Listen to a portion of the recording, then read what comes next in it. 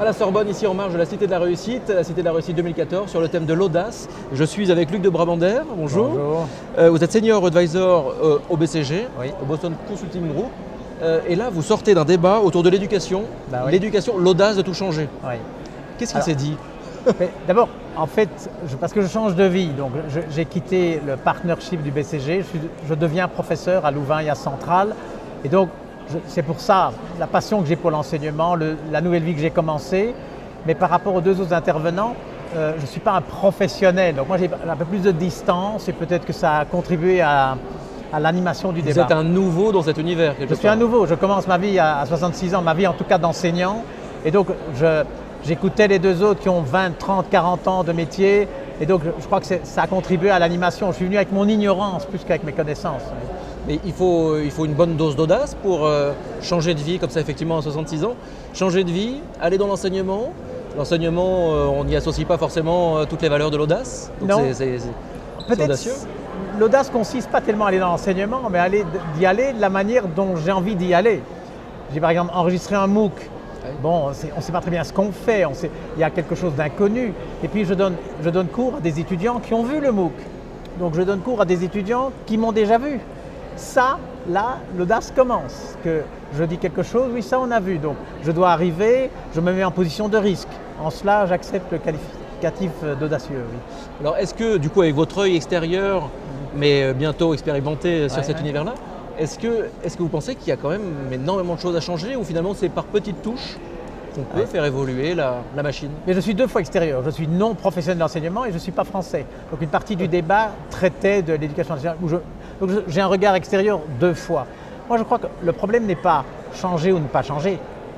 Ça va changer avec les forces en puissance. Le problème c'est est-ce que je vais piloter le changement ou je vais le subir?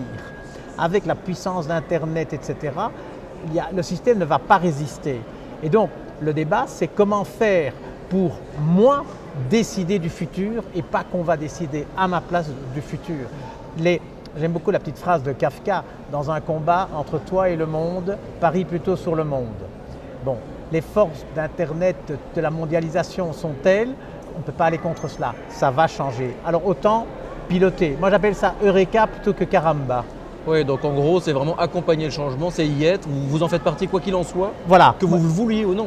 Accompagner, mais avec la liberté du surfeur, comme un surfeur qui accompagne la vague, mais c'est quand même lui qui décide où il va, quoi. Donc j'aime bien la métaphore. Ceci étant, il faut quand même garder cet équilibre, il faut faire attention aux résistances au changement en face qui peuvent se transformer en nuisance aussi, et vous faire tomber de votre surf. En fait, tout ne va pas changer. Qu'est-ce qu'il y a de fondamental? Ce n'est pas les principes éducationnels, ce sont les valeurs. L'enseignement d'aujourd'hui, aussi bien en France qu'en Belgique, est de qualité parce qu'il a été construit sur un socle de valeurs, l'accès, la gratuité, etc., etc. Ces valeurs sont extrêmement importantes. Ce qui va changer, c'est la manière dont on va traduire ces valeurs. Bon, il en va la solidarité, par exemple, aujourd'hui, elle n'est pas plus grande ou moins grande qu'il y a 100 ans, mais elle se traduit de manière différente. Il n'y a plus la soupe populaire dans la rue. Et donc, ce qui est en jeu, c'est la manière dont on traduit les valeurs et le combat pour garder ces valeurs. Quand je vois des marchés plus libéraux où les professeurs se vendent aux enchères, vendent leur temps de cours aux enchères, moi je n'aime pas ça parce que c'est contre mes valeurs. Donc c'est comme ça que ça s'articule.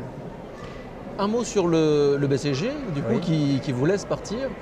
C'est assez audacieux aussi de laisser un senior advisor. Oui, il faut faire de la place. Je crois que ça s'est fait de très bonne entente avec le BCG. Je ne suis pas tout à fait parti, je suis fellow, j'ai encore 60% de mon temps, j'aide encore beaucoup.